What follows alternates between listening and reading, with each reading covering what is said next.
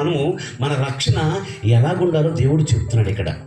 యెషయా గ్రంథము 62వ అధ్యాయము 1వ వచనం ఒకసారి చూడండి.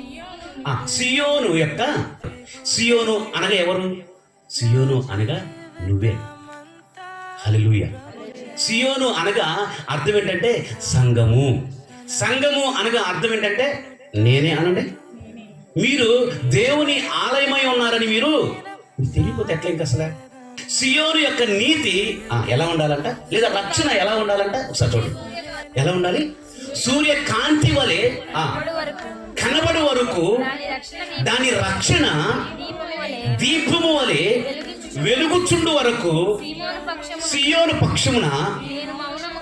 ఇదిగో సియోను, నేను ఎవరి కోసమైతే రక్తము కాచానో, ఎవరి కోసమైతే నేను దెబ్బలు తిన్నానో, ఎవరి కోసమైతే నేను ఉమ్మేయించుకున్నానో, ఎవరి కోసమైతే నేను నా బట్టలు చింపించేసుకున్నానో, ఎవడైతే నా చెంప మీద కొట్టించుకున్నానో, ఆ సంఘము లేదా ఆ వ్యక్తి యొక్క రక్షణ ఎలా ఉండాలంట?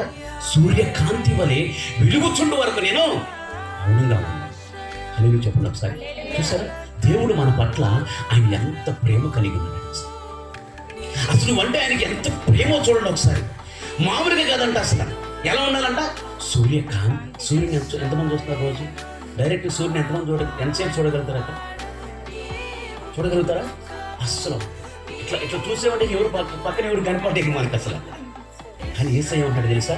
నా కూతురు లేదా నా కుమారుడు యొక్క నీతి లేదా వాడికి నేను ఇచ్చిన రక్షణ అలా సూర్యకాంతి వలె శత్రువుకి కనబడాలంటే ఎవరు కనబడాలి? శత్రువుకి కనబడాలి. వాడికి సెగపొట్టాలి.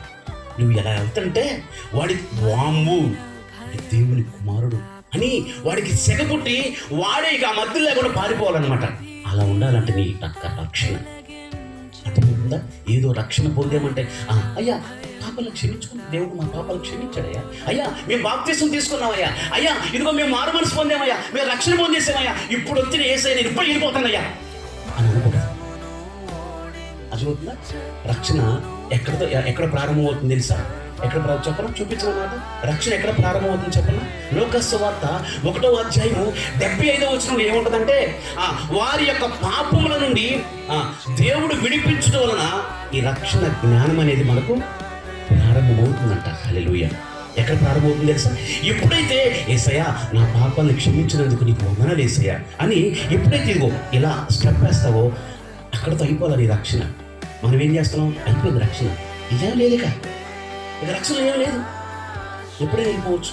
ఏమో ఎప్పుడు ఏం జరుగుతుందో మనకేం తెలుసు అని ఆ డిప్రెషన్లో కూడే డైలాగ్స్ మనం ఎంత మాత్రం కూడా వేయకూడదు. ఎందుకని వేయకూడదు? ఇక్కడ ఏమంటున్నాడు? యెషయా గ్రంథం 62వ అధ్యాయం 1వ వచనంలో అయ్యా నా సియోను యొక్క నీతి లేదా నా కుమారుడు యొక్క రక్షణ, ఇదిగో నా కుమారుడికి ఇచ్చిన రక్షణ ఎలా ఉండాలంట? సూర్యకాంతి వలె ఉండాలి. ఎంతమంది రోషంగా ఉన్నారు చెప్పండి? రక్షణ విషయంలో ఎంతమంది రోషంగా ఉన్నారు? రోషంగా ఉండాలి. దీన్ని ఏమన్నా తెలుసా? రక్షణ పరిశీలన. ఇప్పుడు మన యాత్ర ఏంటిది? ఆత్మీయ యాత్ర అనండి. యేసయ్య గారి పాట పాడారు, గుర్తుంది మీకు ఎంతమంది?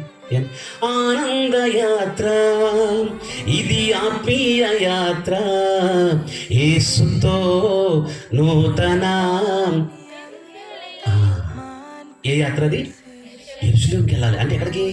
ఐగుప్తులో నుంచి ఇశ్రాయేలులను దేవుడు తీసుకొచ్చి పాలు తేనెలు ప్రవహించు దేశంలోనికి ఎలాగైతే తీసుకెళ్ళి పెట్టాడో నీ యాత్ర కూడా ఐగుప్తులో మొదలుపెట్టిన ఈ యాత్ర ఇలా ఆత్మీయ యాత్ర స్టెప్ బై స్టెప్ బుడిబడి నడుగులు వెళ్తా ఉండగా నువ్వు ఎక్కడికి వెళ్ళిపోవాలి?